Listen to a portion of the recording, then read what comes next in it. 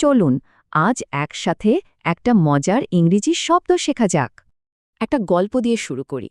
দুই বন্ধু রিনা আর আলী। রিনার কিন্তু সারাদিনের প্ল্যান একদম রেডি। হঠাৎ আলী বলে উঠল, চলো এখনই বিচে যাই। রিনা তো শুনে অবাক। রিনা একটু চিন্তায় পড়ে গেল, কারণ এটা তো তাদের কোনো পরিকল্পনাই ছিল না। কিন্তু আলী হাসল, কারণ পরিকল্পনা ছাড়া কিছু করার মজাই তো আলাদা। আর সত্যি ওদের দিনটা দারুণ কাটল, শুধু ওই হঠাৎ নেওয়া সিদ্ধান্তের জন্য। আলীর এই যে হঠাৎ করে প্ল্যান করা, একেই ইংরেজিতে বলে স্পন্টেনিয়াস। চলুন শব্দটা বুঝি।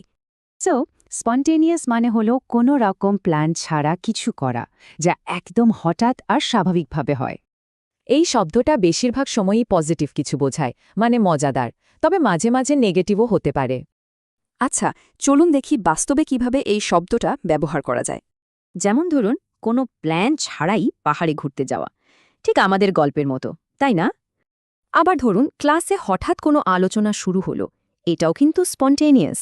এমনকি বিজনেসেও হঠাৎ করে নেওয়া একটা সিদ্ধান্ত পুরো খেলাটাই ঘুরিয়ে দিতে পারে। তাহলে মনে রাখার জন্য, এটা পরিকল্পনা ছাড়া হয় এবং সাধারণত পজিটিভ একটা ব্যাপার বোঝায়। এবার একটু ভাবা যাক তো, শেষ কবে এমন স্পন্টেনিয়াস কিছু করা হয়েছিল?